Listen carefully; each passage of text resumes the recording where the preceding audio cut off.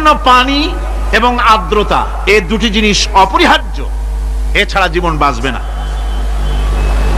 আমরা দেখতে পাই সমুদ্র ভরা পানি মজুদ আছে, লক্ষ্য করে, সমুদ্র ভরা পানি মজুদ আছে, নদী খাল বিল ভরা পানি মজুদ আছে, কিন্তু এটাই তো যথেষ্ট নয়। রব হচ্ছেন তিনি যিনি এই বিশাল বিশাল পানির মজুদ থেকে বাতাসকে যিনি বলেন, যিনি প্রতিনিয়ত বাষ্পীয় আকারে পানিগুলিকে সমুদ্র থেকে উত্থিত করেন, পানিগুলিকে উত্থিত করেন মহাকাশী। আল্লাহ পাক বলেন, আল্লাহুল্লাযী আরসালার রিয়াহা ফাতুসিরু সাহাবা, বাষ্প হয়ে পানিগুলি আকাশে উত্থিত হয় এবং মহাকাশে যাওয়ার পর এই পানিগুলি, লবণাক্ত পানিগুলি আল্লাহর মেশিনে সেগুলি মিষ্টি হয়ে যায়। জোরে কোন সুবহানাল্লাহ। পানিগুলি মিষ্টি হয়ে গেল, ওই মিষ্টি পানি আল্লাহ রাব্বুল আলামিন নাজিল করে দিলেন। এবার বৃষ্টি কণা কণা হয়ে পড়লো, ফোঁটা ফোঁটা বৃষ্টি। আল্লাহ খুঁজে দেখলেন বৃষ্টির ফোঁটাগুলি পৃথিবীর প্রতিটি কণা তালাশ করে তৃষ্ণার্ত কণাগুলিকে আল্লাহ পাক ভিজায় দিলেন। সেই জন্য তার নাম হলো রব। তিনি হচ্ছেন রব, প্রয়োজন মিটান। পানি সবচেয়ে প্রয়োজন বেশি, সেই পানি আল্লাহ পাক এভাবে সরবরাহ করলেন। জমিনের চারিদিকে নদী নালা রেখেছেন, জমিনকে আর্দ্র করেছেন, জমিনের ভিতরের পানি মিষ্টি করেছেন। টিউবওয়েল মারলে পরে, পাম্প করলে পরে ভিতর থেকে মিঠা পানি আল্লাহ পাক বের করে দেন। সুবহানাল্লাহ। এই মিষ্টি পানির ব্যবস্থা করেছেন। এরপরে তিনি ওই আল্লাহ পাক মিষ্টি পানির ব্যবস্থা করে বৃষ্টির মাধ্যমে পৃথিবীতে ফসল উৎপাদনের ব্যবস্থা করে দিলেন। সেজন্য আল্লাহ পাক কোরআনে কারীমের মধ্যে বলেছেন, ওয়াজআলনা মিনাল মাই কুল্লা শাইইন হাই, পানি দ্বারাই আমি সব বস্তুকে সজীব রাখি। বৈশিষ্ট্যের দিক থেকে পানির রয়েছে অনেক গুণ, আশ্চর্য গুণ। পৃথিবীর ৭৫% হচ্ছে পানি। আকাশ থেকে অর্থাৎ চাঁদ থেকে যখন চাঁদে ভ্রমণকারীরা যখন ছবি তুলেছে, তো সেই ছবিতে ব্লু রং এসেছে বেশি, সবুজ এসেছে কম। সবুজ হলো গাছপালা, আর ব্লু হচ্ছে পানি। সমুদ্রের পানির রং হচ্ছে নীল। মানুষের শরীরের ভিতরে ৬০% পানি, গাছের মধ্যে রয়েছে পানি। পানি ছাড়া পৃথিবীর বাঁচার কোনো পথ নাই। মানুষকে তিনি বলতেন, যখন যে দাওয়াতের জন্য যারা বেরোতো, তিনি তাদেরকে বলতেন, ইয়াসসিরু ওয়ালা তুআসসিরু, বাশশিরু ওয়ালা তুনাফফিরু। মানুষকে ইসলাম দ্বীনকে সহজ করে বুঝাও, কঠিন করে বুঝায়ও না। মানুষকে জাহান্নামের ভয় দেখাইয়া দ্বীন থেকে সরায় দিও না। জান্নাতের সুসংবাদ দিয়ে দিয়ে মানুষকে দ্বীনের দিকে ডাকো। এই ছিল নবী করিম সাল্লাল্লাহু আলাইহি ওয়াসাল্লামের চরিত্র। তার আপনারা এই ঘটনা শুনেছেন, আমি মাহফিলে বলেছি। একবার এক ইহুদি মসজিদে নববীর ভিতরে পেশাব করে দিয়েছিল।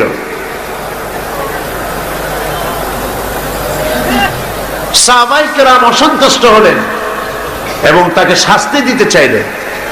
নবী করিম সাল্লাল্লাহু আলাইহি ওয়াসাল্লাম সাহাবীদের থামায় দিলেন, বললেন তার সবটা কাজ সারতে দাও। যদি মাঝপথে বাধা দেওয়া হয় তাহলে লোকটা অসুস্থ হয়ে পড়তে পারে। যখন কাজ শেষ হয়েছে, পেশাব শেষ হয়ে গিয়েছে, নবী করিম সাল্লাল্লাহু আলাইহি ওয়াসাল্লাম তাকে ডাকলেন এবং বললেন, তুমি যে কাজটি করেছো তুমি জানো এটা কোন কোন জায়গা? সে বলল, না জানি না। নবী করিম সাল্লাল্লাহু আলাইহি ওয়াসাল্লাম বললেন, জায়গাটি হচ্ছে আমাদের ইবাদতের জায়গা। তোমাদের ইবাদতের জায়গায় যদি কেউ এই কামটা করত তাহলে তোমার কেমন লাগতো? খবরদার, ভবিষ্যতে কখনো তুমি এই মসজিদের ভিতরে, উপাসনালয়ের মধ্যে, ইবাদতের জায়গার মধ্যে এই কামটা করবা না। ইহুদি বলল, আমি মনে করেছিলাম আপনি বুঝি বাদশাহ, রাজা বাদশাদের মতো। আমি যে অপরাধ করেছি এই অপরাধের শাস্তি তো হতে পারত, আপনার হুকুম দেওয়া লাগতো না। চোখের ইশারায় আমার মাথা মাটিতে এক গড়াগড়ি করত। আপনি তা করেন নাই, উত্তম ব্যবহার দিয়ে আমাকে বুঝায় দিয়েছেন। আমার বুঝতে মোটেও কষ্ট হয় নাই, আপনি আল্লাহ পাকের নবী, আমি আর কাফের ইহুদি রইলাম না, আমিও মুসলমান হয়ে গেলাম। লা ইলাহা ইল্লাল্লাহু মুহাম্মাদুর রাসূলুল্লাহ। নবী করিম সাল্লাল্লাহু আলাইহি সাল্লাম সাহাবীদের দিকে তাকায় বললেন, ইন্নাকুম বুইসতুম মুয়াসসিরিন, তোমাদেরকে আল্লাহ পাক সহজ করার জন্য পাঠিয়েছেন, কঠিন করার জন্য পাঠান নাই। মানুষকে সহজ করো, বিষয়টি সহজ করে বুঝাও, মানুষকে ভালোবাসো। আর দিন ওয়ান নাসিহা, দিন হলো কল্যাণ কামনা করা, ভালোবাসা। নবী করিম সাল্লাল্লাহু আলাইহি সাল্লামকে আল্লাহ পাক পাঠালেন, দায়িত্ব দিলেন তাকে দিন বোঝাবার, তাওহীদ বোঝাবার, মানুষকে আখিরাত বুঝাবার, রিসালাত বুঝাবার, এই দুনিয়াকে কিভাবে পরিচালনা করবে সেই কথাগুলি বুঝাবার জন্য নবী করিম সাল্লাল্লাহু আলাইহি সাল্লাম মানুষকে বলেছেন, মানুষকে বুঝাইছেন।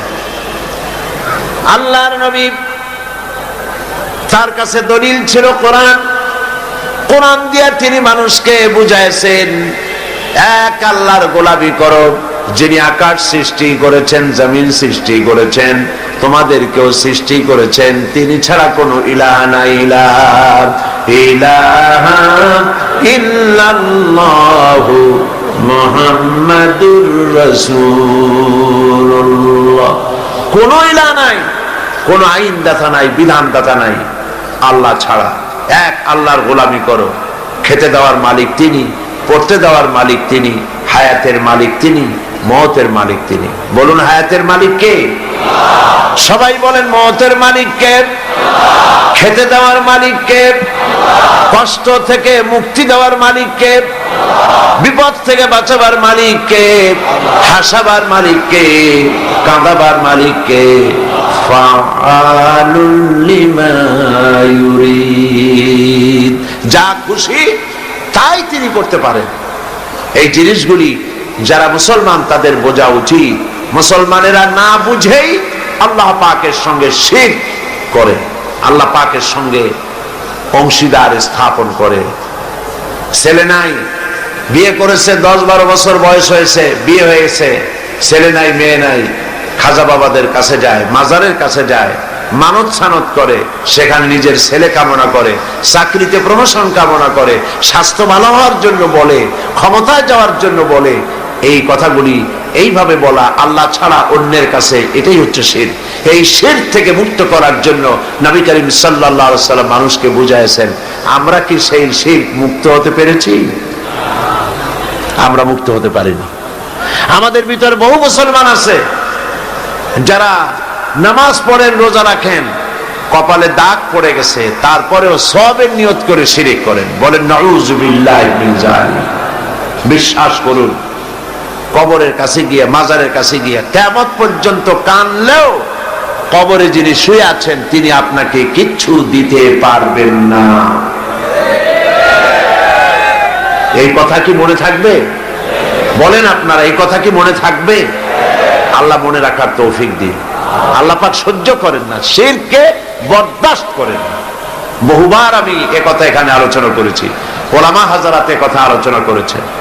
কোথায়? চট্টগ্রাম থেকে, খুলনা থেকে, যশোর থেকে বাস ভাড়া করে শাহজালাল রহমতুল্লাহ আলাইহির মাজার, শাহপরান রহমতুল্লাহ আলাইহির মাজারে সে সিন্নি দেওয়া, টাকা দেওয়া, পয়সা দেওয়া, মান্নত করা, সেজদা দেওয়া হারাম, জায়েজ না। আবার এখান থেকে যাচ্ছে চট্টগ্রামে, সেখান থেকে আসতেছে এখানে, এখান থেকে যাচ্ছে আজমিরে, সেখান থেকে যাচ্ছে বাগদাদে। নাউযুবিল্লাহি মিন যালিক। কোথায় যাও? আল্লাহ সব, আল্লাহ পাক দেখছেন। আল্লাহকে সেজদা দাও। যদি কোনো অসুবিধা হয়, ফাইযা ফারাগতা ফানসাব ওয়া ইলা রাব্বিকা ফারহাব। আল্লাহ পাক বলেছেন, তুমি যখন অসহায় পড়বে, তুমি যদি অসহায়ত্ব ফিল করো, যখন তুমি খালি হাত হয়ে যাবে, দাঁড়িয়ে যাও আর তোমার প্রভুর, তোমার রবকে বিনয়ের সঙ্গে ডাকো, তাকেই সেজদা দাও। বিপদ হয়েছে, মসজিদে চলে যান। শুনতেছেন আপনারা? বিপদ হয়েছে, মসজিদে চলে যান, কাজায়ে হাজাত 2 রাকাত নামাজ পড়েন, আল্লাহকে সেজদা দেন, চোখের পানি ফেলেন। 50,000 বছর শাহজালালের মাজারে গিয়া চান্দা দিয়া পয়সা দিয়া গজাল মাসরে মুড়ি খাওয়া জানা হবে, এক সেজদায় আল্লাহ তাই করে দেবেন। শাহজালাল রহমতুল্লাহ আলাইহি আল্লাহর ওলি, আল্লাহর মাহবুব বান্দা, তিনি মাখলুক আর আল্লাহ হচ্ছেন খালিক।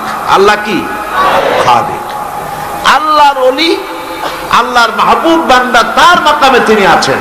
আপনি জিয়ারতে যাবেন, সূরা ফাতিহা পড়ুন, সূরা ইখলাস পড়েন, সিন্নি দেওয়ার দরকার নেই, দোয়া করে আসেন।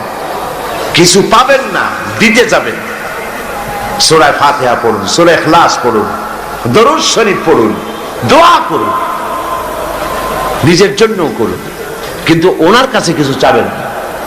আপনারা কথা বুঝতেছেন? আল্লাহর কাছে বলেন, আল্লাহ পাক আমারে নামাজি বানাও, দিনদার বানাও, আমার ইমানদার বানাও। হযরত শাহজালাল তোমার বান্দা, আমিও তোমার বান্দা। হযরত শাহজালাল যে আমল করে তোমার কুরবাত হাসিল করেছেন, আমাকেও তোমাকে সেইভাবে আমাকে আমল করার তৌফিক দান করে দাও। কতই না ভালো হতো এইরকম দোয়া করলে। এই দোয়াগুলি করেন, একটু চিন্তা করেন। আপনি যাচ্ছেন হযরত খাজা মুঈন চিশতি রহমাতুল্লাহ আলাইহির মাজারে, যাচ্ছেন বাগদাদে। আপনি বাংলা ভাষায় গিয়ে বলতেছেন, খাজা বাবা আমি আসছি, আমার তো ছেলেবেলে নাই, আমার একটা ছেলেবেলে দেন। উনি তো বাংলা জানি, তা আপনার এই কইয়া লাভটা কি? তারপরে উনি ও কবরের মধ্যে আছে, চেতনা আছে না ঘুমাই আছে, না উনি কোথায় আছে আপনি কি তা জানেন? বলেন জানেন? তো খামাখেটা করে লাভটা কি? কমন সেন্সের কমন বাদ দিয়া শুধু সেন্সও যদি থাকে তো তাই দিয়ে চিন্তা করে লাভটা কি? কোনো লাভ নাই। লাভ হচ্ছে আল্লাহকে সেজদা করুন, মানত করবেন, আল্লাহর নামে মানত করুন। এই কথাগুলি নবী করিম সাল্লাল্লাহু আলাইহি ওয়াসাল্লাম বুঝাইছেন। হাতের তৈরি করা এই সমস্ত আসনাম, এগুলির সামনে মাথা নত করে কোনো লাভ নাই। এক আল্লাহর সামনে মাথা নত করো, একটা সেজদা জীবনের জন্য কাফি হয়ে যেতে পারে, আল্লাহ পাক যদি খুশি হয়ে যায়। শায়ের খুব সুন্দর করে বলেছেন, পড় গিয়া জিস পর নজর बंदा को मौला कर दिया,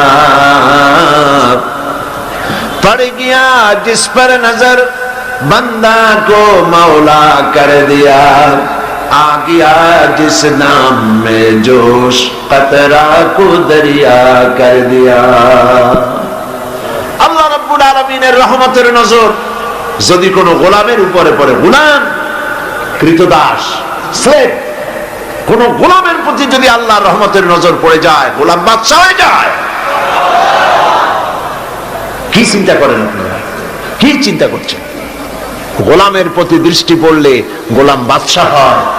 এক ফোঁটা পানির উপরে রহমতের নজর পড়লে পানি ফোঁটা প্রশান্ত মহাসাগর হয়ে যায়। ওয়া রিদওয়ানুম মিনাল্লাহি আকবার, ওয়া রিদওয়ানুন, আল্লাহ পাকের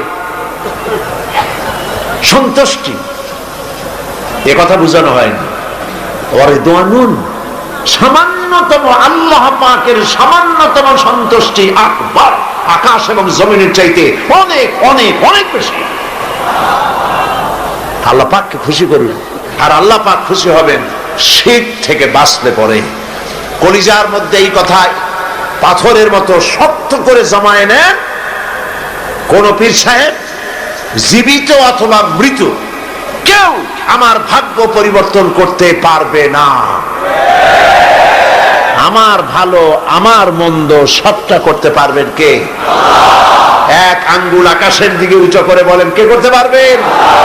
জোরে বলেন, কে পারবেন? আরো জোরে বলেন, কে করতে পারবেন? আল্লাহ, আল্লাহ, আল্লাহ।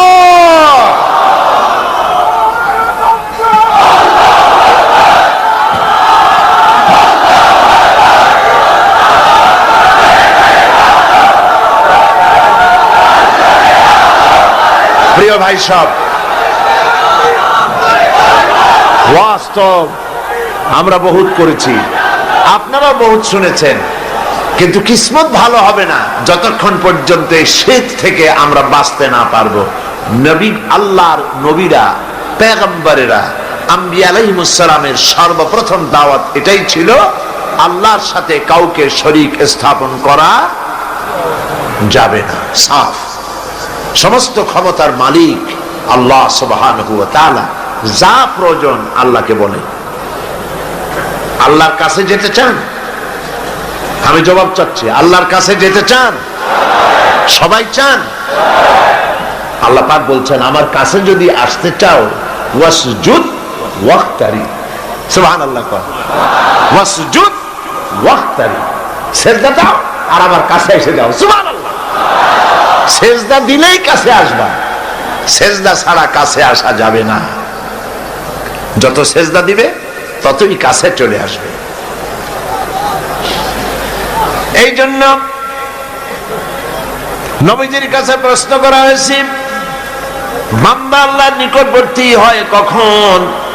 নবীজি বলেছেন, বান্দা যখন সিজদা দেয়, বান্দা একদম আল্লাহ রাব্বুল আলামিনের কাছে চলে যায়। সিজদা যখন দিবে চিন্তা করবেন, আল্লাহ পাকের আদম মোবারকের উপরে আমার মাথা রেখে দিলাম। কলিজা ঠান্ডা হয়ে যাবে এরকম একটা সিজদায়। কলিজা ঠান্ডা হয়ে যাবে একটা সিজদায়, মাথা উঠাইতে ইচ্ছা করবে না। যদি এই খেয়াল করতে পারেন যে আমার মাথা, আমি আমার আল্লাহ, আমার রব, আকাশ এবং জমিনের মালিক আল্লাহ পাকের পায়ের উপরে আমার মাথাকে ছেড়ে দিলাম।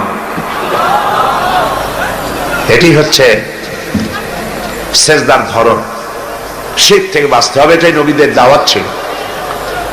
আল্লাহ পাক বলছেন, সোজা রাস্তা বলে দেওয়ার, ও আলাল্লাহি কাসদুস সাবিল, সোজা রাস্তা বলে দেওয়ার দায়িত্ব আমার। এ হলো সেই সোজা রাস্তা, যেই রাস্তায় আল্লাহরে পাওয়া যাবে। নবীজি মক্কা নগরীতে 13টি বছর নবুয়ত পাওয়ার পর 13টি বছর ধরে এই দাওয়াতগুলি দিয়েছিলেন। তাই স্বার্থবাদীরা সহ্য করতে পারে নাই বলি নবীকে মারধর করেছিল। নবীজি তিনি বলেন নাই, এই মক্কার আমি ক্ষমতাধর হব, আমি মক্কার মালিক হব, সোনা চাই, দানা চাই, টাকা চাই, পয়সা চাই, বলেন নাই। তিনি শুধু এই কথাগুলি বলেছেন, এক আল্লাহর গোলামি করো। এই কথাই তারা বরদাস্ত করতে পারে নাই বলে আবু জাহাল, আবু লাহাব, কাফের বেঈমানগুলি আবু তালিবের কাছে গিয়ে যখন প্রস্তাব করেছিল মুহাম্মদ সাল্লাল্লাহু আলাইহি সাল্লামকে বলেন লা ইলাহা ইল্লাল্লাহ দাওয়াত যেন না দেন, এর বিনিময়ে টাকা পয়সা সোনা দানা যা চাই সব দেব। হুজুরের কাছে প্রস্তাব এলো। নবী করিম সাল্লাল্লাহু আলাইহি সাল্লাম বলেন, চাচাজি ওরা যেটা দিতে পারি সেটা তো স্বাভাবিক, যেটা দিতে পারবে না তাও যদি দিতে পারে, যেমন আকাশের সূর্যটা ধরে এনে ওরা যদি আমার ডান হাতে তুলে দেয়, আকাশের পূর্ণিমার চাঁদ ধরে এনে যদি আমার বাম হাতে তুলে দেয়, এর বিনিময়ে এক মুহূর্তের জন্য তাওহীদের দাওয়াত বন্ধ করে দেব না। আমি আসছি তো এই কাজ করার জন্য, তাওহীদ প্রতিষ্ঠার জন্য। মানুষের চিন্তা চেতনা সব ঘুরাইয়া আল্লাহর দিকে। কার দিকে? আগুনের দিকে নয়, মূর্তির দিকে নয়, কোন মানুষ কোন ব্যক্তির দিকে নয়, চেহারা ঘুরাইয়া ডাইরেক্ট আল্লাহর দিকে করার জন্যই আল্লাহ পাক নবীদেরকে প্রেরণ করেছিলেন। এগুলি ছিল নবীদের দাওয়াত। 13 বছর এই কাজ তিনি করলেন। এখন এসেছে আল্লাহ পাকের। গতকাল আমি প্রশ্ন করেছিলাম, জমিন কার, মানুষ কার, বাতাস কার, আকাশ কার? কি বলছিলেন? সেই আল্লাহর আইনকে ইমপ্লিমেন্ট করার জন্য একটা রাষ্ট্র শক্তি দরকার। সেই রাষ্ট্র শক্তি, রাষ্ট্রীয় পাওয়ার আনার মতো যোগ্যতা সম্পন্ন, চালাবার মতো যোগ্যতা সম্পন্ন লোক দরকার। আল্লাহ পাক 13 বছর বসে সেই লোক নবী করিম সাল্লাল্লাহু আলাইহি সাল্লামকে দিয়ে তৈরি করালেন। আল্লাহর সিস্টেম ভিন্ন, যে যা পারে না আল্লাহ তারে তা দিয়ে তা করানো না।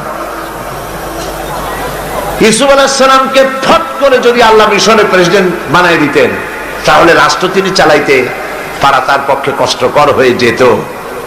এই জন্য দেখেন, আল্লাহর টার্গেট হলো ইউসুফ আলাইহিস সালামকে কি বানাবেন? বোঝেন না কথা?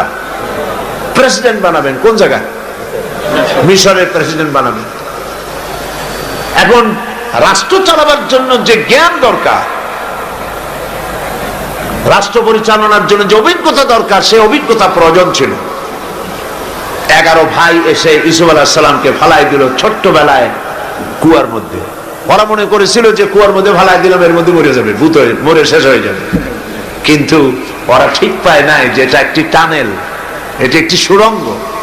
সুড়ঙ্গের এক মাথা দিয়ে ইউসুফ আলাইহিস সালামকে ফালাইছে 11 ভাই, আর এক প্রান্ত দিয়ে, আর এক মাথা দিয়ে আল্লাহ তারে উঠাইয়া মিশরের সিংহাসন পর্যন্ত পৌঁছায় দিলেন। এই রাষ্ট্র ক্ষমতায় যাওয়ার আগ পর্যন্ত রাজ পরিবারে তাকে রাখা হয়েছে। রাষ্ট্র পরিচালনা কেমনে করে তা তিনি নিজের চোখে দেখেছেন, আর নিজের চরিত্র বলে সব তিনি দখল করেছেন। সুতরাং রাষ্ট্র পরিচালনার জন্য লোক দরকার। হঠাৎ করে কিছু লোক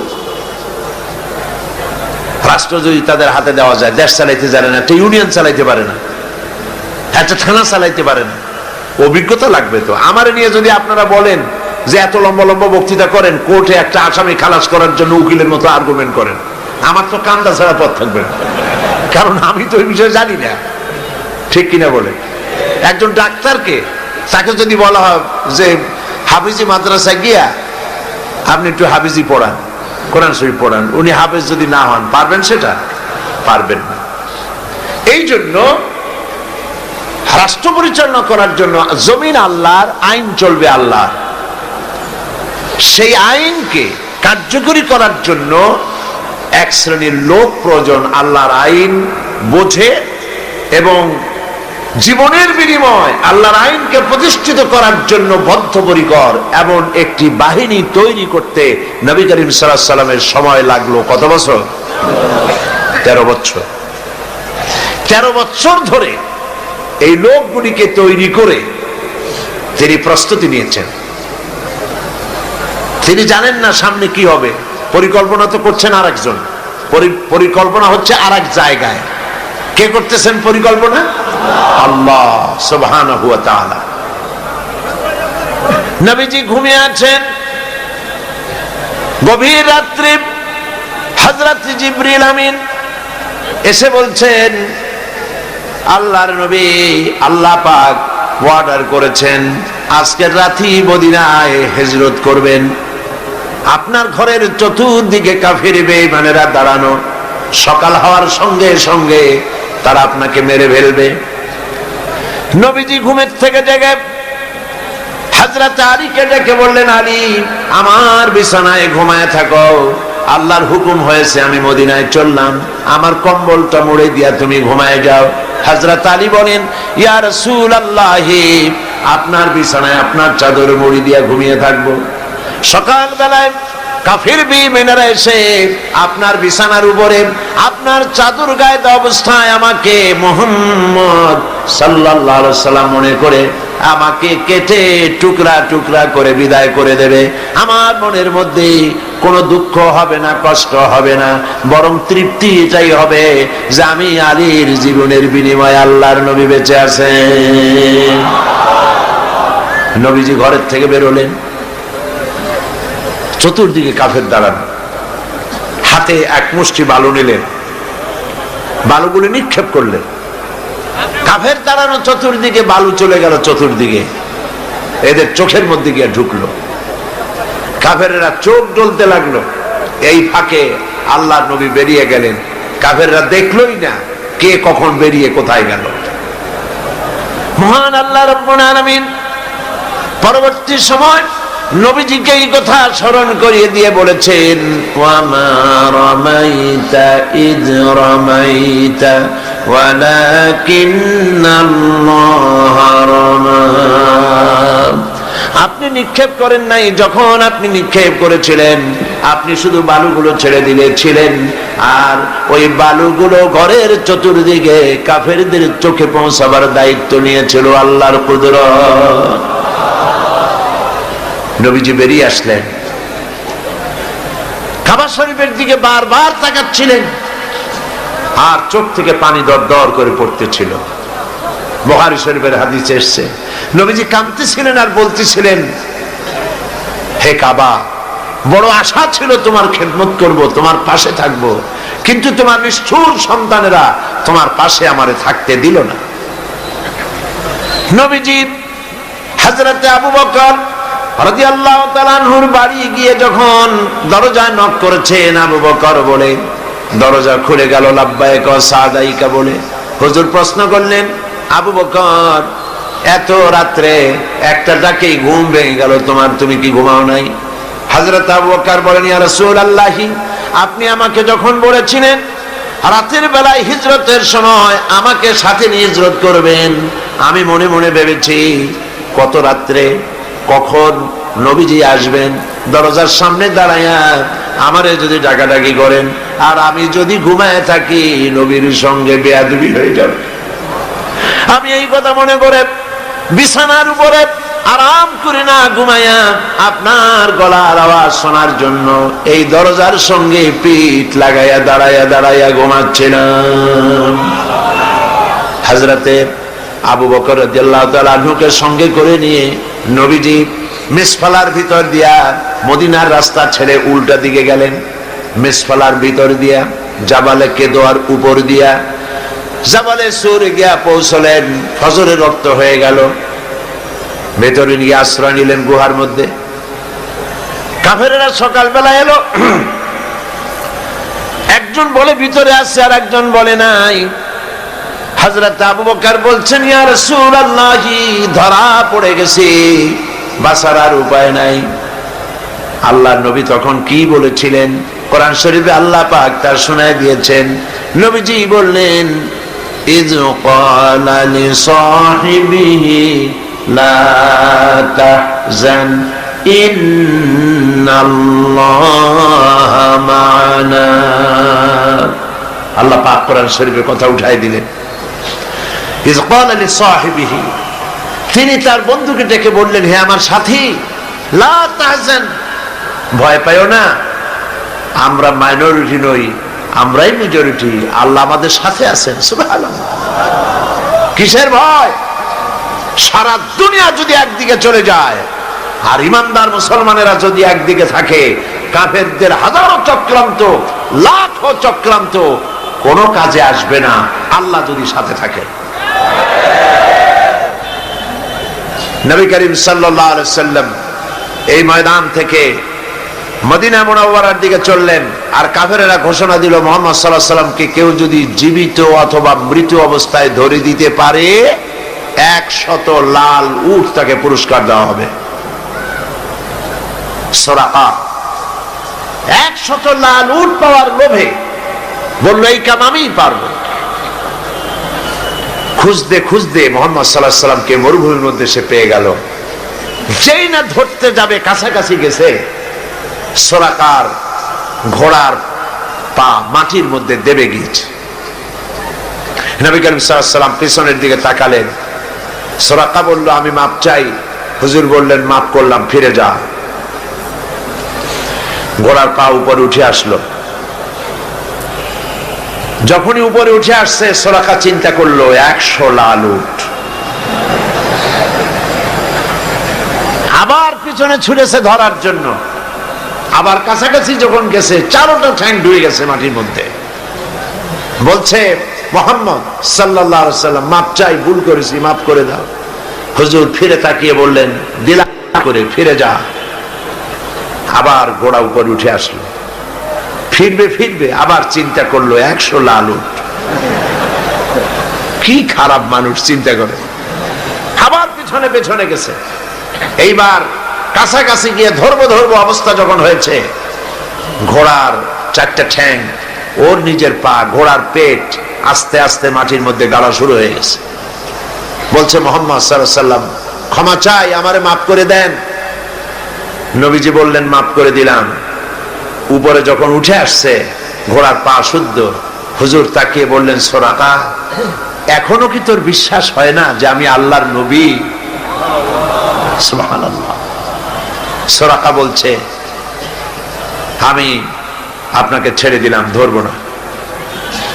তবে এই যে ধরলাম না, সেজন্য কিছু দেবেন না?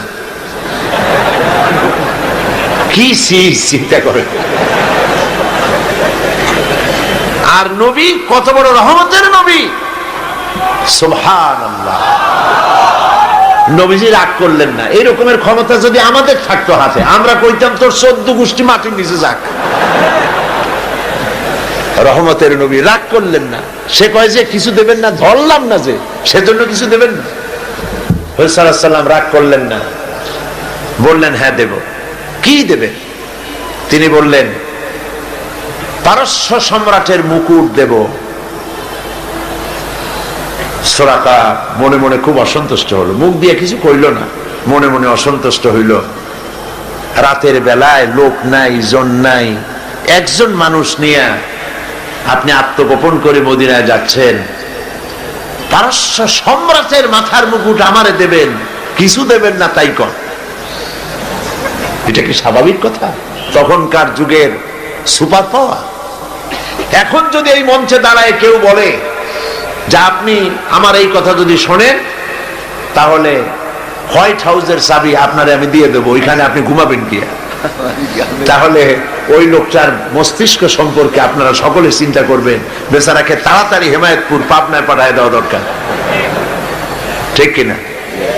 কেউ চিন্তা করেছে যেটা কেমন কথা, পারস্য সম্রাটের মাথার মুকুট আমার দেবে, একটা কথা হইল। তিনি চলে গেলেন, মুখ মলিন করে চলে গেলেন। নবী করিম সাল্লাল্লাহু আলাইহি সাল্লাম মদিনায় এলেন, ইসলামের রাষ্ট্র প্রতিষ্ঠা করলেন, ইন্তেকাল করলেন। আবু বকর রাদিয়াল্লাহু তাআলা ক্ষমতা এলেন, ইন্তেকাল করলেন। সুরাকা বুড়া হয়ে গেছে, চুল দাড়ি পাকিয়া সব সাদা হয়ে গেছে। এবার ক্ষমতায় হযরতে আমিরুল মুমিনিন খলিফাতুল মুসলিমিন ওমর ইবনুল খাত্তাব রাদিয়াল্লাহু তাআলা আনহু। পারস্যের সঙ্গে যুদ্ধ হলো। এই যুদ্ধে পারস্য মুসলমানদের হাতে দখল হয়ে গেল। গনিমতের মাল এলো, সোনা দানা হীরা জহরাত অস্ত্রপাতি সব গনিমতের মাল এসে খলিফার সামনে হাজির। খলিফা বসে তাকিয়ে দেখছেন সম্পদের ভিতরে যত গনিমতের মাল এসেছে তার মধ্যে হীরা মণিমুক্তা খচিত পারস্য সম্রাটের মাথার মুকুট ওমরের পায়ের কাছে এসে হাজির। হযরত ওমর রাদিয়াল্লাহু তাআলা আনহু বললেন, কে আছো? চলে যাও, সুরাকাকে ডেকে নিয়ে আসো। সুরাকাকে ডাকা হলো। হযরত আমিরুল মুমিনিন ওমর রাদিয়াল্লাহু তাআলা আনহু সুরাকাকে ডাকতেই বললেন, সুরাকা বুড়া মানুষ, কোমর সোজা করে হাঁটতে পারে না, চুল পেকেছে, দাড়ি পেকেছে। বুড়া সুরাকা হযরত ওমরের সামনে যখন দাঁড়ায় গেছেন, ওমর রাদিয়াল্লাহু তাআলা আনহু পারস্য সম্রাটের মাথার মুকুটটা নিয়ে সুরাকার মাথার উপরে পরায় দিয়া বললেন, সুরাকা আল্লাহর নবীর ওয়াদা কোনোদিন মিথ্যা হয় না। নবী করিম সাল্লাল্লাহু আলাইহি ওয়াসাল্লাম মদিনায় প্রবেশ করছেন। আল্লাহ রাব্বুল আলামিন নবীজিকে বললেন, একটা দোয়া পড়ার জন্য বললেন। নবীজি দোয়াটা আল্লাহর পাকের কাছে থেকে সেখানে দোয়া পড়লেন, রব্বি আদখিলনি মুদখালা সিদকিন ওয়া আখরিজনি মুখরাজা সিদকিন ওয়াজআল লি মিন লাদুনকা সুলতানান নাসীরা। আয় আল্লাহ, সত্যের সাথে আমাকে প্রবেশ করাও, সত্যের সাথে আমাকে বের করো, আর তোমার পক্ষ থেকে সুলতানে নসীর আমাকে দান করো। দুনিয়ার সমস্ত মুফাসসিরিনে কেরাম একমত, সুলতানে নসীর এর অর্থ হলো রাষ্ট্র ক্ষমতা। সুবহানাল্লাহ বলেন। আল্লাহ তুমি আমারে রাষ্ট্র ক্ষমতা দান করো। আল্লাহ শিখায় দিলেন, কারণ রাষ্ট্র ক্ষমতা হাতে না পেলে আল্লাহর আইনকে কার্যকরী করা যায় না, ঠিক কিনা? রাজ্য চলে রাজার চালে, রাজা যেমন হয় রাজ্য তেমন চলে। নিচের পানি উপরে যায় না, উপরের পানি নিচে আসে। কাজে রাষ্ট্রে যদি ইসলাম থাকে, রাষ্ট্রীয় ক্ষমতায় যারা থাকেন ওনারা যদি ইসলাম ভালোবাসে তাহলে এই ইসলাম সর্বত্র ছড়িয়ে পড়ে। আর যদি রাষ্ট্র ক্ষমতায় যারা থাকে তারা যদি ইসলাম বরদাস্ত করতে না পারে তাহলে ইসলাম সেই দেশে নবী করিম সাল্লাল্লাহু আলাইহি ওয়াসাল্লাম রাষ্ট্রীয় ক্ষমতা হাতে নিলেন। কোরআনের আইন চালু হয়ে গেল, চুরি বন্ধ হলো, ডাকাতি বন্ধ হলো, জিনা বন্ধ হয়ে গেল। আল্লাহর নবী বললেন, খায়রুল কুরুনি কারনি, সর্বশ্রেষ্ঠ যুগ আমার যুগ, সোনার যুগ। মানুষের খাওয়ার অভাব নাই, পড়ার অভাব নাই। প্রেসিডেন্ট 12.5 লক্ষ বর্গ মাইল এলাকা তো নবীজি নিজেই রাষ্ট্র রেখে গেছেন। আজকে ওমর রাদিয়াল্লাহু তাআলা আনহু রাষ্ট্রপ্রধান। সুবহানাল্লাহ কবেন না? উট চড়াইতো, মেষ চড়াইতেন যিনি, আজকে তিনি রাষ্ট্রপ্রধান। অর্ধেকটা পৃথিবীর প্রেসিডেন্ট। একটার পর একটা রাজ্য জয় হচ্ছে। রোম সম্রাট তার বর্ষিয়ান গোয়েন্দা বিভাগের প্রধান তাকে পাঠায় দিল, দেখো তো অবস্থা তো কাহিল মনে হয়, ক্রমেই যেভাবে রাষ্ট্র দখল হচ্ছে ইসলামের হাতে, কবে না জানি আমার রোমও চলে যায়, কবে না জানি আশেপাশের দেশগুলিও চলে যায়। দেখে আসো ওমরের সিংহাসনটা কেমন, সেনাবাহিনী কেমন, তার স্বাস্থ্য কেমন, লোকটা কেমন।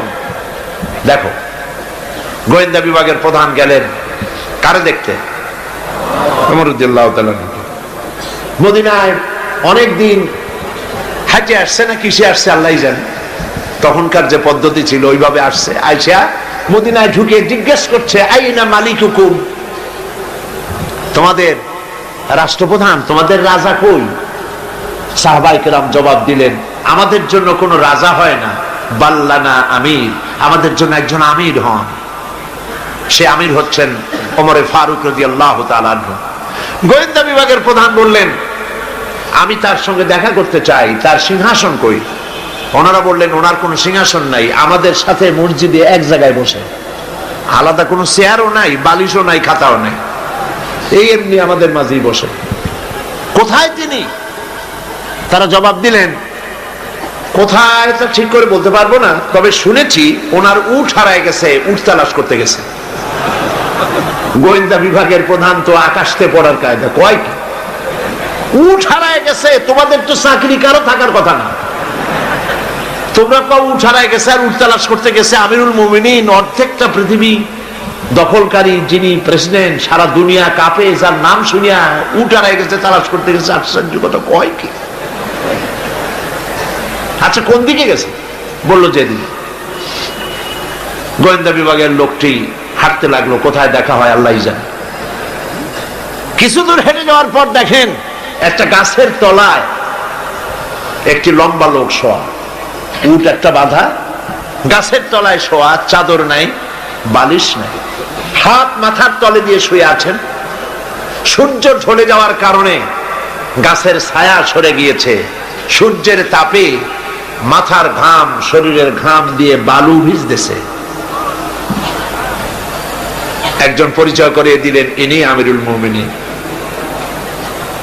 গোয়েন্দা বিভাগের প্রধান, তার জবান থেকে বেরিয়ে গেল, ওমর, আমার দেশের প্রেসিডেন্ট দুর্ভেদ্য প্রাচীরের মধ্যে থাকেন, চতুর্দিকে দুর্ধর্ষ সেনাবাহিনী আধুনিক অস্ত্রপাতি নিয়ে চতুর্দিকে দাঁড়িয়ে থাকে, ভেতরে দুগ্ধ ফেনুনি বিছানার উপরে আরাম করে থাকেন, শুয়ে থাকেন রাজাধিরাজ রোমের সম্রাট, চতুর্দিকে পাহারা, অস্ত্রপাতি, এত শান্তির বিছানা, তারপরেও তার ঘুম হয় না। জানলার কোন ফাঁক দিয়া গুলি আসা কলিজাটারে ফুটা বানায় দেয়।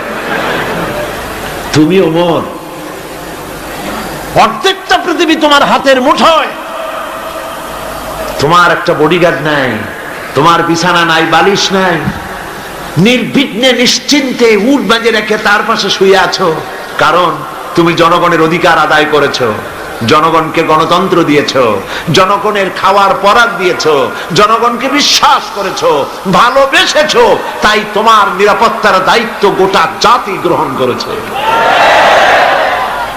এটা হলো ইসলাম, এটা হলো ইসলাম। আর যদি জনগণের উপরে খারাপ ব্যবহার করা হয়, যিনি খারাপ ব্যবহার করেন তিনি বুঝতে পারেন ক্ষমতা যখন থাকবে না তখন আমার আর উপায় নাই, সেজন্য সেনাবাহিনীর নিরাপত্তা ছাড়া চলার পথ নাই। তখন নিরাপত্তার দাবি ওঠে। কিন্তু আল্লাহর পথের পথিক যারা, তাদের এগুলির প্রয়োজন হয় না। সুবহানাল্লাহ বলেন। কারণ তারা জানে হায়াতের মালিক, মওতের মালিক কে? জোরে বলেন কে? আল্লাহ সুবহানাহু ওয়া তাআলা। বন্ধুগণ, কোরআনে কারীমে আল্লাহ পাক বলেন, ওয়া আলাল্লাহি কাসদুস সাবিলি ওয়া মিনহা জায়রুন ওয়া লাউ শাআ লাহাদাকুম আজমাইন। সোজা রাস্তা বলে দেওয়ার দায়িত্ব আমি আল্লাহ। আল্লাহ পাক সহজ ও সরল রাস্তা বলে দেওয়ার জন্য নবীদের পাঠালেন। নবীরা ক্ষমতা এলেন। আল্লাহর নবী ক্ষমতা এসে নিজের ক্ষমতার পরিধি, নিজের বাড়ি ঘরের সৌন্দর্য বাড়ান নাই, নিজের জায়গা জমিন বৃদ্ধি করেন নাই, একটা বিছানা পর্যন্ত ছিল না। হযরত ওমর বলেন, আমি নবীজির সঙ্গে দেখা করতে গেলাম। নবীজি ঘরের ভিতরে আরাম ফরমাচ্ছিলেন, বিছানার উপরে শোয়া নবীজি। আমাকে দেখে তিনি উঠে বসলেন। আমি দেখলাম নবীজি দড়ি দিয়ে বোনানো খাটিয়ার উপরে শোয়া ছিলেন, চাদর নাই, তোশক নাই। নবীজি যখন উঠে বসলেন, আমি তাকিয়ে দেখলাম নবীজির পিঠ মোবারকের উপরে দড়ির দাগগুলি কেটে আছে। আমি বললাম, ইয়া রাসূলুল্লাহ, এই পৃথিবী কাফির বেঈমানেরা কত শান্তি করলো, কত আরাম করলো, আর আপনার একটা বিছানা নাই, তোশক নাই। আপনি আমাকে অনুমতি দেন, একটা বিছানা বানায় দিই, একটা তোশক বানায় দিই। নবীজি বললেন, ওমর শোনো, এই পৃথিবীতে শান্তি করার জন্য আমি আসি নাই। আমি যদি বলি ওহদ পাহাড়টাকে যদি নির্দেশ করি, ওহদ পাহাড় আমার জন্য সোনায় পরিণত হয়ে যাবে। আমি পৃথিবীতে মানবতার মুক্তির জন্য এসেছি। খাবার নাই, খাবার নাই। সকলের ঘরে খাবার পৌঁছেছে, নবীজির ঘরে খাবার নাই। হযরত আয়েশা রাদিয়াল্লাহু তাআলা আনহা বলেছেন, মাসের পর মাস, দিনের পর দিন নয়, মাসের পর মাস চলে গেছে, নবীজির ঘরে চুলায় আগুন জ্বলে নাই।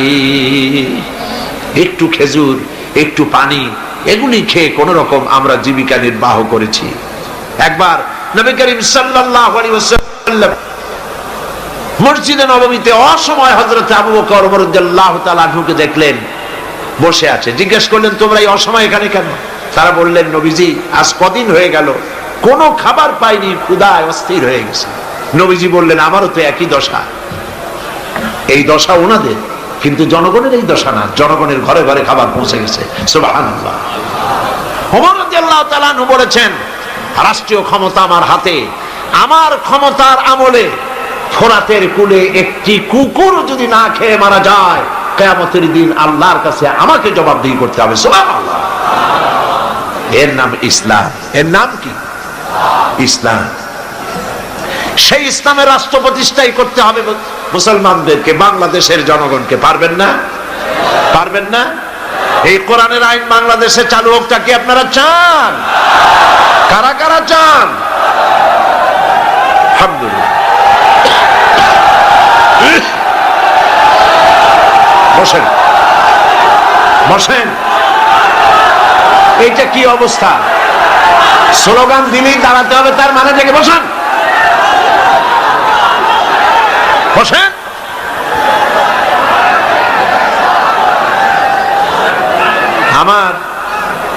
আমার মনে হয় যে আপনারা চান্স খোঁজেন। অনেক সময় বসে থেকে মাজা ব্যথা করে, তো স্লোগানের সুযোগ পাইলেই দাঁড়ায় যান। এইটা না অন্য কিছু। যাক, আলহামদুলিল্লাহ, মাজা আল্লাহ ঠিক রাখুক। কোমর সোজা থাকতে হবে, হাঁটুতে শক্তি থাকতে হবে।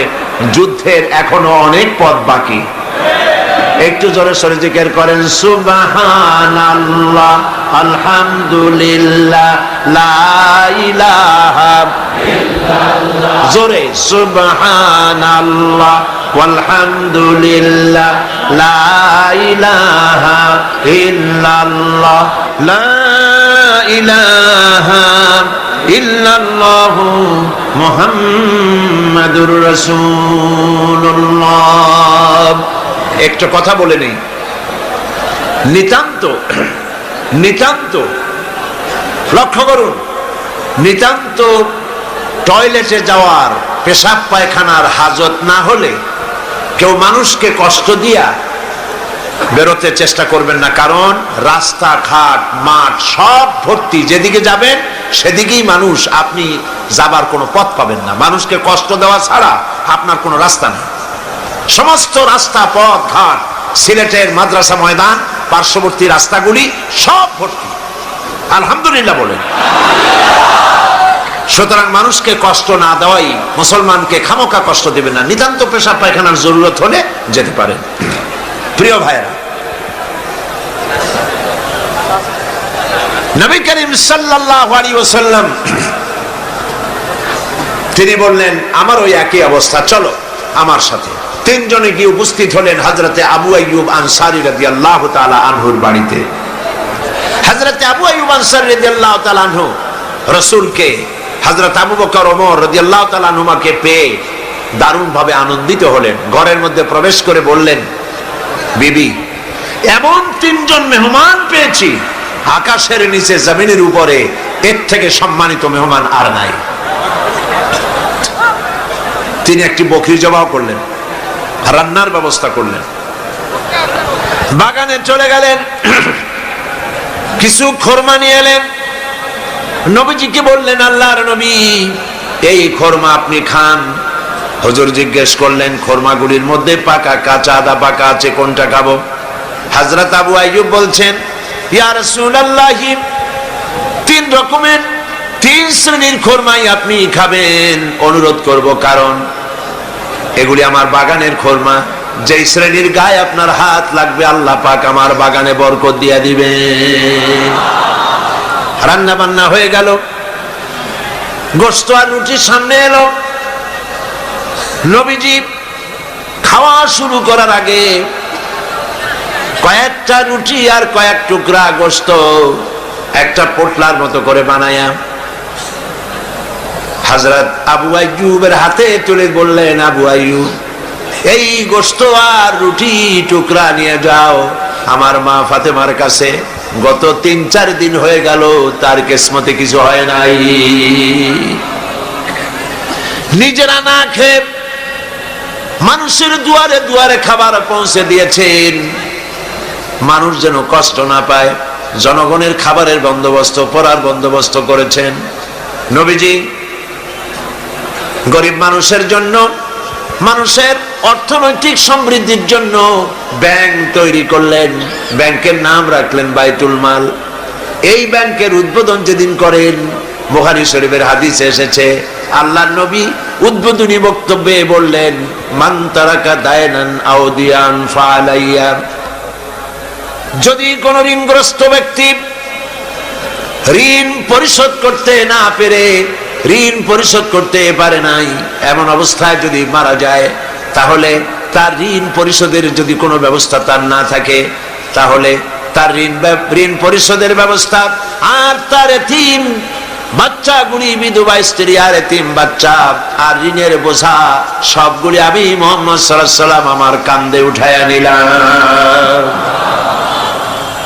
এমন রাষ্ট্র চালু হয়ে গেল, চুরি নাই, ডাকাতি নাই, জেনা নাই, ব্যভিচার নাই, হত্যা নাই, ধর্ষণ নাই, মানুষ শুধু পাইল শান্তি আর শান্তি। সুবহানাল্লাহ। এই শান্তি হলো কিভাবে, কি দিয়া হলো বলেন? জোরে বলেন, কি দিয়া হলো? কোরআন দিয়ে হয়েছে। কোরআন, এই কোরআন দিয়ে যদি রাষ্ট্র শাসিত হয় তাহলে দেশে শান্তি অবশ্যই হবে। আমরা আশা করব বাংলাদেশে এই শান্তি হবে ইনশাআল্লাহ। বলি ইনশাআল্লাহ। মুসলমানদের উত্থান, মুসলমানদের জাগরণ আবার শুরু হবে ইনশাআল্লাহ। মুসলমান রাজমার খাচ্ছে পৃথিবীর চতুর্দিকে, চতুর্দিকে মার খাচ্ছে। আমি দেখতে পাচ্ছি, আমার ধারণা ছিল যে আফগানিস্তানে যে ঘটনা ঘটলো, এই ঘটনার দ্বারা আল্লাহ একটা কিছু করবেন, বড় রকমের কিছু আমরা দেখব, কিন্তু সেটা হলো না। কেন হলো না এটা তো আমরা বুঝবো না। ওয়াল্লাহু আ'লামু ওয়া আনতুম লা তা'লামুন। এর পেছনে কোনো পরিকল্পনা আছে, সেই পরিকল্পনাকারী কে? আল্লাহ রাব্বুল আলামিন। তিনি পরিকল্পনা করছেন। 11ই সেপ্টেম্বরে আমেরিকায় যে ঘটনা ঘটেছে, এই ঘটনা সম্পর্কে আমার সুস্পষ্ট মত হচ্ছে, যদ্দূর পড়াশোনা করেছি তাতে আমার সুস্পষ্ট মত, এই ঘটনা ঘটিয়েছে পৃথিবীর ইহুদিদের পরিচালিত মোসাদ, ইহুদিদের গোয়েন্দা বিভাগ, ইসরায়েল রাষ্ট্র, ইহুদিরাই এই ঘটনা ঘটিয়েছে। এর প্রমাণপত্র পত্রিকায় বেরিয়েছে। টুইন টাওয়ার যারা ভাঙলো, আমরা তীব্র নিন্দা জানাই।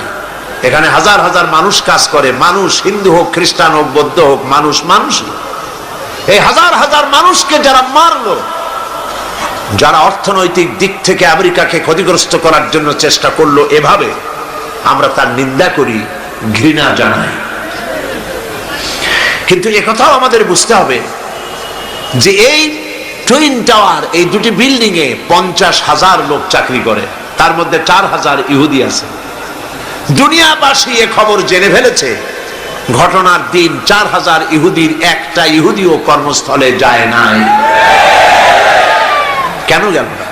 এই প্রশ্ন আমেরিকার FBI, federal bureau of investigation, পৃথিবীর নাম করা গোয়েন্দা বিভাগ, তারা কেন এটা তালাশ করলো না? ইহুদিরা কেন সেদিন আসলো না? এবং একটার পর একটা বিমান এখানে হামলা হবে, 18 মিনিট পর পর একটা বিমান, দুটো বিমানে হিট করে বিল্ডিংটা ফেলে দেবে। এইটা পূর্ব পরিকল্পিত না হলে পরে চতুর্দিকে ক্যামেরা ফিট করে ছবি ধারণ করলো কিভাবে? এগুলি বিশ্লেষকগণ চিন্তা ভাবনা করছে। মানুষ সব মাথা খারাপ না, কিছু বুদ্ধিমান মানুষ পৃথিবীতে এখনো আছে। সুতরাং কাজটি ইহুদিরা করেছে। কেন করেছে? কারণ হলো সমাজতন্ত্রের পতনের পর পুঁজিবাদী শোষণ থেকে বাঁচার জন্য পৃথিবীর নিগৃহীত, নির্যাতিত মানবতার জন্য খোলা ছিল কেবলমাত্র ইসলাম, শুধুমাত্র ইসলাম।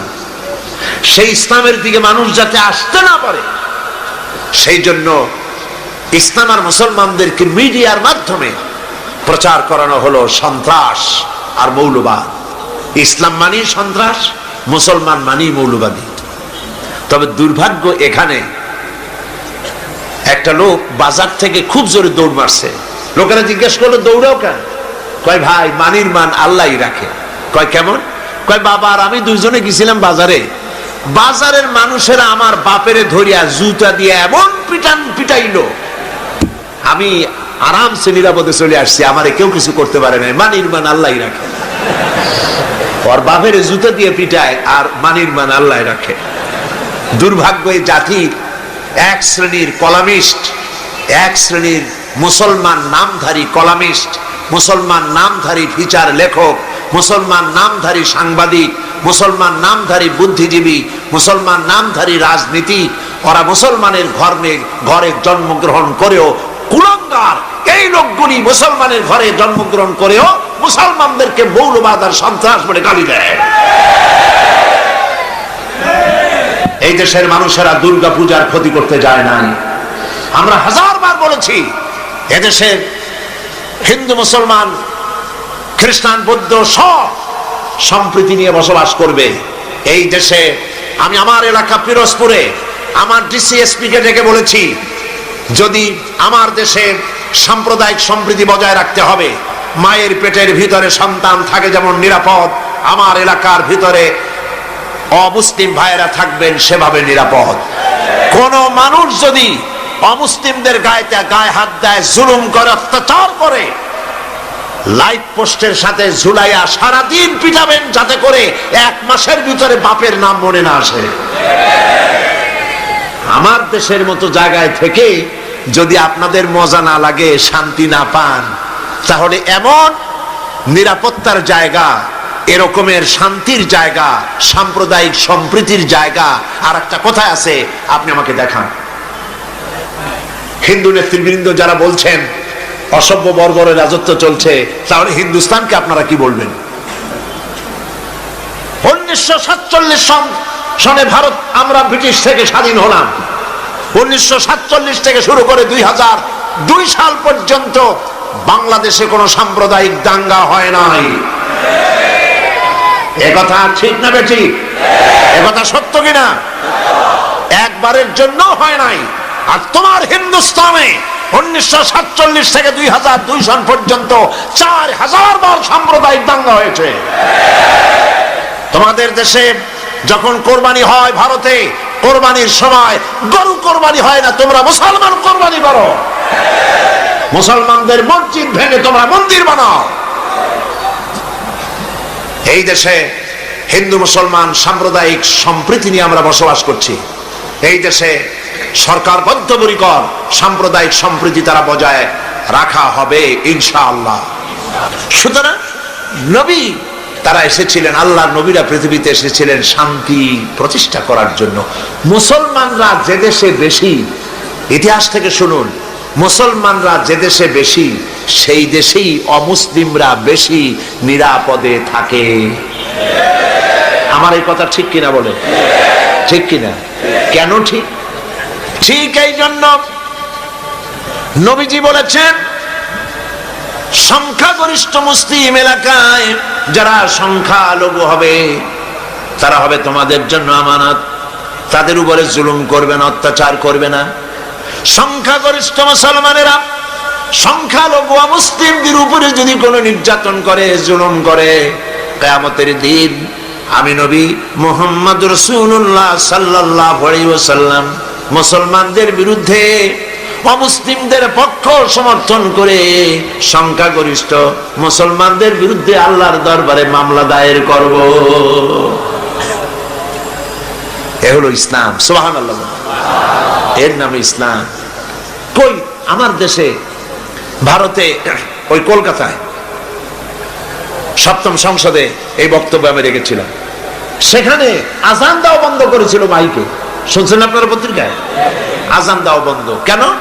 শব্দ দূষণ হয়, আজান দিলে শব্দ দূষণ হয়। কপাল পোড়া। আমি পার্লামেন্টে বলছি আজানে শব্দ দূষণ হয়, সেই জন্য মাইকে আজান দেওয়া হয় না। আমার দেশে তো 1 কোটি অমুসলিম আছে। এই 1 কোটি অমুসলিমরা যখন ঢোলে বাড়ি দেয় তখন তো আমরা বলি না যে আমাদের শব্দ দূষণ হয়, আমাদের আজানের ক্ষতি হয়, আমাদের নামাজের ক্ষতি হয়। আমরা কি বলি? আমার ঢাকায়, বরিশালে, পিরোজপুরে দুর্গাপূজার সময় রাস্তা বন্ধ করে দিয়ে মাইক লাগায় গান বাজনা করা হয় 10 দিন। সিলেটে হয় না? হয় কিনা?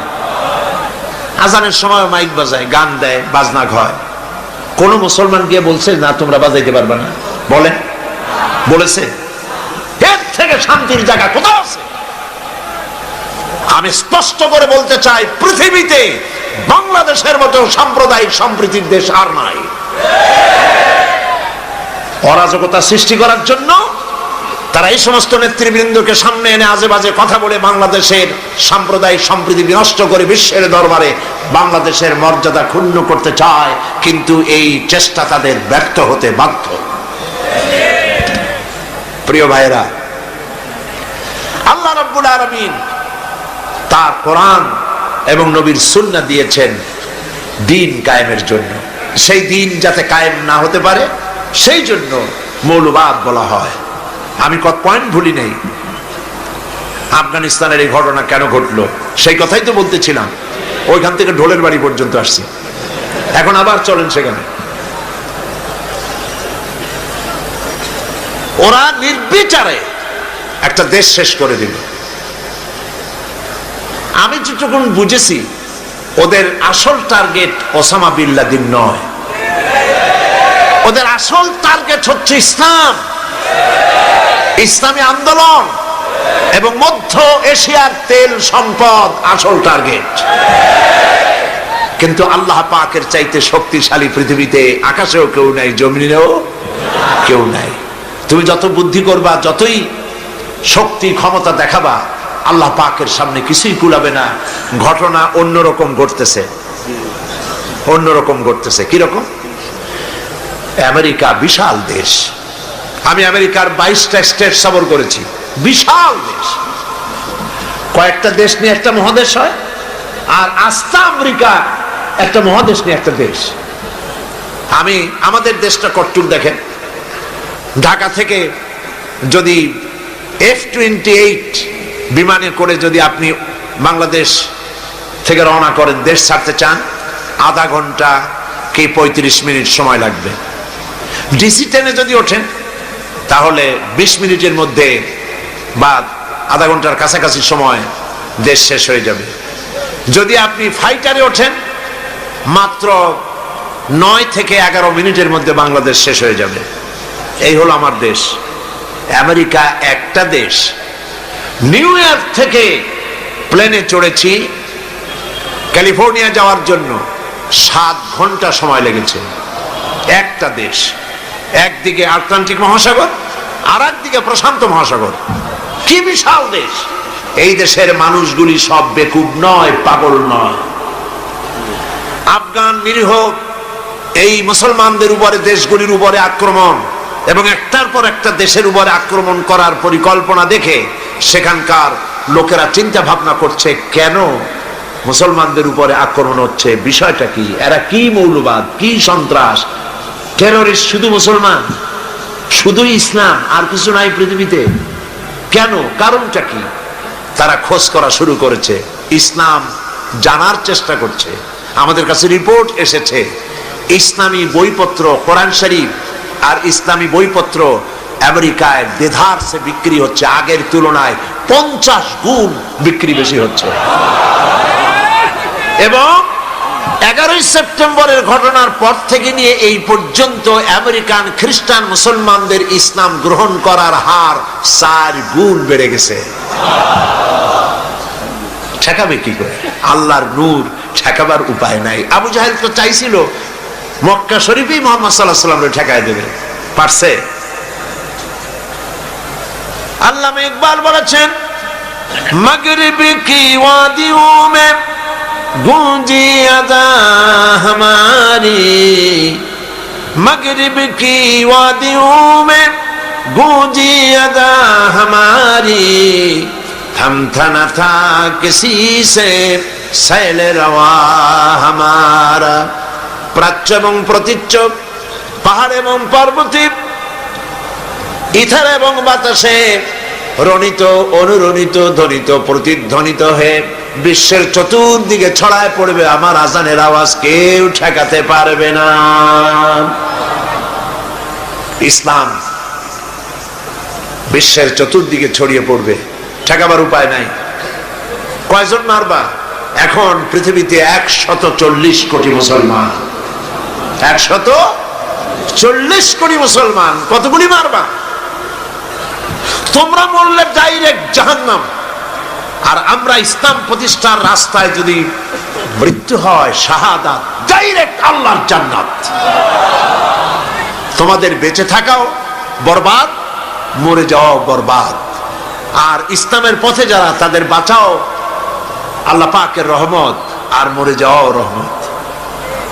সেই জন্যে ইসলামের পক্ষে আজ সারা বিশ্ব ইসলামের বিপক্ষে কাজ করছে, আর মুসলমানদেরকে এই সময় ইসলামের পক্ষে টিকে থাকতে হবে, ইসলামকে জানতে হবে, বুঝতে হবে, ইসলামের উপরে টিকে থাকতে হবে, তাহলেই আমাদের বিজয় অতি সন্নিকট। আমার তো মনে হয় আর বেশি দেরি লাগবে না, ইসলামের বিজয়ের একটা সময় এসে গেছে ইনশাআল্লাহ। মায়ের যখন প্রসব যন্ত্রণা শুরু হয় তখন বোঝা যায় বাচ্চা হইতে আর সময় লাগবে না, ঠিক কিনা? ঠিক কিনা? আজ পৃথিবীর প্রসব যন্ত্রণা শুরু হয়েছে, তাম পৃথিবীর চতুর্দিকে মুসলমানদের উপরে জুলুম অত্যাচার শুরু হয়েছে। এই জুলুম অত্যাচারের মধ্য দিয়ে আগামীকাল যে সূর্য উদিত হবে, সেই সূর্য হবে ইসলামের জন্য, আল্লাহর দ্বীনের জন্য, মুসলমানদের জন্যই সেটা হবে। তামাম পৃথিবীর বুকে আল্লাহর দেওয়া বিধান ও কোরআনের রায় কায়েম হওয়ার জন্য সময় আর বেশি দূরে নয়। এজন্য মুসলমানদেরকে ঐক্যবদ্ধ হয়ে নবীর পথ ধরতে হবে, নবীর রাস্তা ধরতে হবে। আল্লাহ পাক নবীকে যে উদ্দেশ্যে পাঠাইছেন, কোরআন যে উদ্দেশ্যে নাজিল করেছেন, সেই উদ্দেশ্য ধরে আমরা যদি জীবন চালাতে পারি, আল্লাহর রহমত আমরা লাভ করতে পারবো। আল্লাহ পাক আমাদেরকে, আল্লাহ পাক বলেছেন কোরআনে কারীমের মধ্যে, ওয়া কানা হাক্কান আলাইনা নাসরুল মুমিনিন। আল্লাহ রাব্বুল রব্বুল আলামিন বলেন মুমিনদেরকে সাহায্য করা আমি আল্লাহর জন্য ওয়াজিব। সুবহানাল্লাহ বলেন, মুমিনদেরকে সাহায্য করা আমি আল্লাহর জন্য ওয়াজিব। মুসলমান বেশি হওয়া লাগবে, সৈন্য সংখ্যা বেশি হতে হবে, অস্ত্র বেশি হতে হবে। আল্লাহ পাক এগুলি বলেননি। অস্ত্র লাগবে, এটা ঠিক, অস্ত্র লাগবে। কিসের জন্য? দিন প্রতিষ্ঠার জন্য। কেউ যদি আমাদের মারে তাহলে আমরা তো আর বসে বসে আঙ্গুল চুষতে পারবো না। কি বলেন, ঠিক কিনা? এই জন্য জিহাদে আল্লাহর মদদ পাওয়া যায়। মুসলমানেরা আল্লাহর দেওয়া বিধান কায়েমের জন্য যদি চেষ্টা চালায়, আল্লাহ পাক বলেছেন ওয়ালা তাহিনু ওয়ালা তাহজানু ওয়া আনতুমুল আলাউনা ইন কুনতুম মুমিনিন। কোনো ভয় নাই, কোনো চিন্তা নাই, যদি মুমিন হও আমি আল্লাহ তোমাদেরকে জয়ী করব। সুবহানাল্লাহ। 10 জন সূরা আনফাল আল্লাহ পাক বলেছেন 10 জন ইমানদার সাবের মুত্তাকি যদি হও 100-র উপরে বিজয়ী করব। সুবহানাল্লাহ কবেন না? 100 যদি হও ইমানদার সাবের মুত্তাকি 1000 কাফেরের উপর বিজয়ী করব। সুবহানাল্লাহ। আল্লাহ পাক আজও তার রহমত নিয়ে আসেন আমরা যদি মুমিন হই। বদরের মাঠে জিহাদের ময়দানে একজন সাহাবী বলছেন ইয়া রাসূলুল্লাহ, জিহাদের ময়দানে সবাই নেমে গিয়েছে, আমি একজন যুবক মানুষ, মুসলমান, আমার কাছে কোনো অস্ত্র নাই, মেহেরবানি করে একটা অস্ত্র দেন, আমি জিহাদে শরীক হয়ে যাই। হুজুর বললেন আমার কাছে অস্ত্র নাই। তিনি বললেন ইসলামের এই প্রথম জিহাদে আমি কি করে নীরব দর্শকের ভূমিকা পালন করি, যা পারেন তাই দেন আপনার হাত দিয়া। নবীজি এদিক ওদিক তাকায়া একটা শুকনা খেজুরের ডাল পেলেন, শুকনা খেজুরের ডালটা ধরাই দিলেন সাহাবীর হাতে। সাহাবী বলেন নবীজির হাতের দেওয়া শুকনা খেজুরের ডাল দিয়া জিহাদের ময়দানে ঝাঁপিয়ে পড়লাম। ধারালো তরবার দিয়ে আঘাত করলে যেমন কাম হয়, নবীর দেওয়া শুকনা খেজুরের ডাল দিয়ে আঘাত করার সঙ্গে সঙ্গে কাফের দ্বিগণ্ডিত হয়ে পড়তে লাগলো। কবি বলছেন ফিজাই বদরি পয়দা কুন ফেরেশতে তেরি নুসরত কো, ফিজাই বদরে পয়দা কুন ফেরেশতে তেরি নুসরত কো, उतर सकते गर्दू से कतर अंदर कतर अब्बी। বদরের মুসলমানের মতো ঈমান আজ যদি তোমাদের ভিতরে থাকে, আল্লাহ রাব্বুল আলামিন কাতারে কাতারে ফেরেশতা তোমাদের সাহায্যের জন্য নামায়া দিবে। ঈমানদার হও, মুসলমান হও, আল্লাহ পাক সাহায্য করবেন। আল্লাহ পাকের সাহায্য নিয়ে আমরা কি করতে চাই? দিন প্রতিষ্ঠা করতে চাই। আমরা মারামারি করতে চাই না।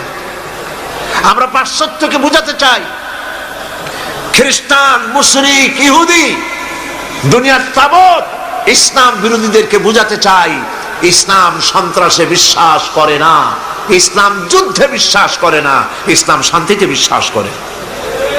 নবীজি যত যুদ্ধ করেছেন সবগুলি আক্রান্ত হয়েছেন, ডিফেন্সিভ ওয়ার, সবগুলি আত্মরক্ষামূলক যুদ্ধ করেছেন, নিজে আগ বাড়ায়া কারো সাথে আক্রমণ করে নাই। সুতরাং আপনাদের যুদ্ধ যেমন আপনারা যুদ্ধ করেন দেশ দখল করে, সেই দেশে নিজের ক্ষমতা চালু করে ক্ষমতার ব্যাপ্তি পরিধি আরো বাড়াবার জন্য ইসলাম এভাবে লড়াই করে না। ইসলাম চায় পৃথিবীর মানুষ আল্লাহর মানুষের উপরে আল্লাহর আইন কায়েম করার জন্য তারা চেষ্টা চালায়। এই চেষ্টায় যদি কেউ সশস্ত্র বাধা দেয়, সেই বাধার মোকাবেলা ইসলাম করে জিহাদের নামে। মুসলমানেরা জিহাদের নামেই সেটা করে, ঠিক কি? সেই জন্য ইসলামকে ভুল বুঝাবার কোনো কারণ নাই। আমি আবারও সিলেটের সমস্ত মুসলমান ভাইদের বলি, আপনারা পৃথিবীর চতুর্দিকে ছড়িয়ে আছেন, ইউরোপে, আমেরিকায়, মধ্য এশিয়ায়, আফ্রিকায়, দুনিয়ার চতুর্দিকে আপনারা আছেন। আপনারা মানুষের কাছে যান, দিনের দাওয়াত নিয়ে ছড়িয়ে পড়ুন, মানুষকে বুঝান ইসলামের মধ্যে সন্ত্রাস নাই, সাম্প্রদায়িকতা নাই। ইসলাম আল্লাহর দেওয়া দিন প্রতিষ্ঠা করতে চায়।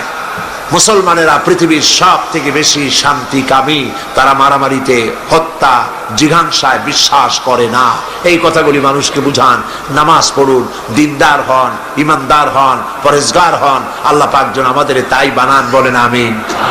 প্রতি বছর আমি নামাজের কথা আপনাদের সামনে বলি, আজও না বলে পারি না, কারণ শুধুমাত্র ওয়াজ শুনলে হবে না। নামাজ হলো ফাউন্ডেশন। নামাজ কি? ফাউন্ডেশন। নামাজ নামাজ লা দীনা লিমান লা সালাতা লাহু। যার কাছে নামাজ নাই তার কাছে দিন নাই, ঈমান নাই, চরিত্র নাই, কিছুই নাই। 5 ওয়াক্ত নামাজ জীবনে আর ছাড়বো না, ওয়াদা করতে পারবেন? প্রতি বছর করেন, আজও করেন, দুহাত উঁচু করে বলেন, ইয়া আল্লাহ, তোমার পবিত্র নামে ওয়াদা করি, কসম করি, যতদিন পর্যন্ত মালাকুল মউত আমার মাথার কাছে না আসতেছে ততদিন পর্যন্ত ফরজ নামাজ, ফরজ রোজা ছেড়ে দেব না, ছেড়ে দেব না। ইয়া আল্লাহ, আমি আমার মৃত্যু পর্যন্ত এই ওয়াদা যেন পালন করতে পারি, এ তৌফিক তুমি আমারে দাও, আমিন। হাত নামান। প্রিয় ভাইয়েরা, মুনাজাত করব আমি। মুনাজাতের আদব হলো বসা। যত মুসলমান যেখানে আছেন, এত বড় মুনাজাত জীবনে আরেকটা পাবো কোনো নিশ্চয়তা নাই। কথা ঠিক কিনা? যাদের কিসমত খারাপ কেবল তারাই মুনাজাতে শরীক হইতে পারবে না।